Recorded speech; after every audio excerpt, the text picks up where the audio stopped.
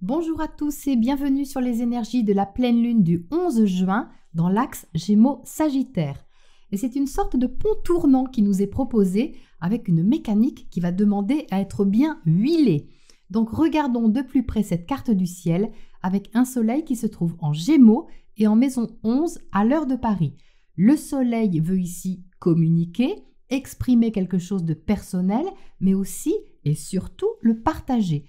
La maison 11 représente le secteur amico-social, mais aussi un espace d'indépendance et de liberté, alors pas seulement d'expression, mais aussi de mouvement. Donc quelque chose peut ici nous stimuler, une perspective nouvelle, relationnelle, professionnelle, sociale, peu importe, mais la lumière se focalise ici sur l'échange, l'intérêt intellectuel et curieux pour quelque chose qui nous fait réfléchir ou qui nous fait parler, ou les deux, mais en tout cas ça nous incite à être en lien avec les autres.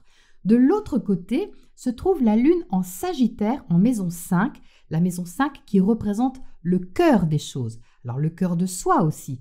La maison 5 c'est ce qu'on aime, amour, enfant, art, créativité, c'est tout ce qui nous permet d'extérioriser notre affect, notre joie et affirmer aussi notre pouvoir créateur personnel, peu importe comment on utilise cette lumière. La maison 5, c'est la maison où le soleil brille le plus naturellement. Et là, c'est la lune qui s'y trouve, c'est pas le soleil puisqu'il est en face, en maison 11. Donc, qu'est-ce que ça fait? Eh bien, ça fait une belle complémentarité entre notre volonté consciente et ce qu'on ressent vraiment. Ça reste une dualité, un équilibre à trouver entre les deux, mais c'est comme si le soleil laissait la lune faire son show. Et une lune qui fait son show en Sagittaire peut être très enthousiaste, ressentir beaucoup de motivation à extérioriser quelque chose d'intime dans un but d'enseignement, de compréhension supérieure, de vérité et de sincérité. Alors ces énergies sont d'autant plus stimulantes que les luminaires sont en bel aspect à Mars en Lion. Bon, alors le trigone et le sextile sont un peu larges, mais quand même, on va pouvoir ressentir un certain dynamisme à vouloir faire avancer ce qui nous tient à cœur. Et ça, avec une envie d'authenticité. Alors, on va dire que d'un côté, ça a l'air de rien ou de pas grand-chose. Il y a quelque chose qui peut nous sembler assez léger, une petite formalité comme ça, facile, hop, hop, hop. Mais de l'autre côté, on y met un sens beaucoup plus profond et beaucoup plus impliqué. On y met peut-être une croyance, un rêve, une inspiration forte. On investit notre feu intérieur, notre passion et notre quête intime. Ensuite, l'ascendant de cette pleine lune est un ascendant Lion. Donc ça confirme une attitude courageuse, passionnée et personnelle faisant face à un collectif, un groupe ou un réseau. Donc il y a de la générosité dans cette pleine lune et de la bonne volonté pour mettre quelque chose en mouvement qui est relativement nouveau ou en tout cas récemment décidé. Les 2 maîtres de cette pleine lune nous donnent en effet cette indication supplémentaire. Le soleil en Gémeaux est maîtrisé par Mercure et la lune en Sagittaire est maîtrisée par Jupiter. Et vous voyez que les deux sont côte à côte en Cancer. Donc ça veut dire que leur conjonction du 8 juin à la toute fin Gémeaux a planté une graine dans notre esprit pour qu'on passe à autre chose. Toute fin Gémeaux, il faut passer à autre chose. Mais cette graine maintenant, elle se trouve en Cancer et il va falloir la féconder, la chouchouter, la nourrir pour qu'elle pousse et qu'elle se développe. Donc ça, c'est la proposition de base, mais les aspects que forment les maîtres de cette pleine lune nous donnent des précisions. Tout d'abord, Mercure, maître du Soleil, est poussé par Jupiter qui lui donne un peu des ailes. Même en Cancer, il lui donne quand même des ailes. Donc il lui dit « Allez, vas-y, on y croit, c'est super ça, on arrose la graine, plein. » Et Mercure lui dit « Bah oui, ok, mais on est tous les deux en carré à Saturne et Neptune, je te signale. » Jupiter, il a bien vu, il n'est pas aveugle. Donc il dit « Oui, je sais bien, mais c'est pas grave, ça ne nous empêche pas de faire des plans sur la comète et d'arroser nos plantations. » Mais oui, parce qu'en plus, c'est beau avec le sextile à Vénus en Taureau. C'est agréable. Soit c'est quelque chose qui nous plaît, soit c'est enrichissant d'une façon ou d'une autre, valorisant, gratifiant. En tout cas, on peut le sentir comme tel, pour des raisons qui nous appartiennent. Donc ce carré, Mercure, lui, il l'a passé, donc il ne s'attarde pas trop dessus. Mais Jupiter, lui, ça va durer un petit peu plus longtemps que 2 ou 3 jours. Ça va plutôt durer 2 ou 3 semaines. Donc c'est comme si Jupiter disait à Mercure « Vas-y, cours devant, parle aux autres, parle à notre clan, et moi pendant ce temps, j'apporte plein d'eau. Alors plein d'eau, pourquoi plein d'eau? Parce que Jupiter est une planète de générosité, d'expansion et que le Cancer est un signe d'eau qui absorbe, reçoit, nourrit, ressent, materne. Sauf que Jupiter, même si ça part d'une bonne intention, il peut verser trop d'eau ou trop d'un coup dans son enthousiasme. Et quand on sait que l'eau est reliée aux émotions, imaginez ce que ça peut faire. Alors, on peut déborder d'émotions positives, d'accord, mais on peut aussi être plus sensible que d'habitude et avoir du mal à le gérer. Donc, comme Jupiter reste 1 an dans chaque signe, là, il arrive en Cancer, donc il va falloir apprendre à gérer ce flux pour ne pas se laisser déborder. Et qui nous aide à ça? Devinez, c'est le duo Saturne-Neptune en Bélier, justement.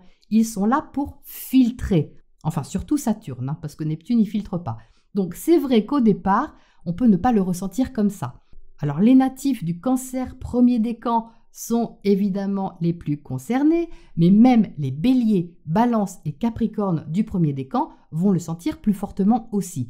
En fait, tout le monde va le sentir, mais avec une intensité ou une sensibilité différente. Donc, ce qui se passe ici, c'est qu'au départ, on peut ressentir un élan affectif, créatif, relationnel, enfin une envie en tout cas forte de prendre soin de quelque chose qui nous est intime, qui nous est familier ou qui devient familier, et on va avoir envie de profiter abondamment de cette énergie-là. Mais elle peut aussi nous sembler très accaparante en termes d'investissement et on risque d'être dans un premier temps un peu limité, donc peut-être frustré. Mais on peut aussi regarder les choses sous un autre angle, c'est-à-dire que ce ralentissement imposé par la conjonction Saturne-Neptune, c'est pour travailler sur un développement à long terme et nourrir notre projet de façon durable et constructive. Donc si je reprends la conversation, on a un Jupiter qui dit « Ah ben super, tiens voilà plein d'eau, voilà 3 tonneaux d'empathie, 12 barriques d'affectivité, 8 seaux remplis de rêverie et puis on va pousser les murs. Tiens, tiens, tiens, tiens, tiens. » Et Saturne lui dit « Oh là là là là là, pop, pop, pop, pop, pop, pop. Doucement, doucement, pas trop d'un coup. Tu vas les noyer tes graines là si t'arroses tant. Non, non, mais c'est pas comme ça qu'on fait. Pas des seaux entiers comme ça. Des petits arrosoirs, des filets d'eau pour voir déjà comment ça réagit, à quelle vitesse ça digère, à quel rythme ça sèche. » C'est ça qu'il lui dit Saturne. Alors quant à Neptune, lui, il sait pas trop parce qu'il a des étoiles plein les yeux, donc il est tenté de dire à Jupiter que c'est super ce qu'il fait, qu'il faut être gentil et bon et puis qu'il faut pas fixer de limites. Mais Saturne, lui, il les pose les limites pour notre plus grand bien et pour favoriser un développement sur la durée qui tient la route. Donc c'est à garder à l'esprit si on se sent ralenti ou si on a une énergie un petit peu rabat-joie en arrière-plan, alors soit celle de quelqu'un, soit la nôtre, qui nous dit « Ouh là là, doucement, doucement ». Il y a vraiment quelque chose à apprendre sur notre façon de cultiver nos rêves, nos espoirs et nos projets. Et si on le regarde de cette manière, on va le vivre plus sereinement que si on s'énerve parce qu'on veut tout de suite. Parce que ça, c'est un autre carré qui va nous y inciter. C'est le carré de Mars à Uranus. Ça peut péter, excusez le terme, parce que cette énergie ressemble au bouchon de champagne qui saute, mais on ne sait pas trop où il va atterrir. On est plus occupé par le fait de libérer ce qui était contenu que par les conséquences. Mais si le bouchon atterrit dans l'œil de quelqu'un, c'est moins bien. Donc, prenons quelques précautions pour garder le meilleur et faire durer le plaisir afin de ne pas regretter des actions mal maîtrisées. Et si on hésite encore, regardons la boussole. Le nœud nord se trouve en Poisson en maison 9, maison de Jupiter. Cette maison 9 est occupée par la conjonction Saturne-Neptune et Neptune, justement, maîtrise le nœud nord. Donc la direction, c'est la foi. Peu importe ce à quoi on croit, c'est l'espoir secret qui nous porte et qui fait naître en nous une nouvelle source de confiance intérieure. Et celle-ci est au début d'un processus qui se construit pas à pas et qui fait sens pour nous. Mais elle n'est pas innée, si vous voulez, parce que le nœud nord, il est en carré luminaire, donc il y a une sorte de carrefour qui nous pousse à écouter notre voix de sagesse, notre voix de guérison, mais ça peut nous demander aussi de lâcher prise sur certaines choses ou certaines attentes. Donc, il est question de nous éloigner d'une énergie de codépendance pour entrer dans une énergie plus large de guérison libératrice qui nous demande aussi une participation active. Donc si cette participation est passionnée, c'est très bien, mais s'il est possible de la gérer sans impatience, on ira plus loin. Je vous souhaite une pleine lune passionnante et nourrissante et je vous retrouve bientôt pour la prochaine escale.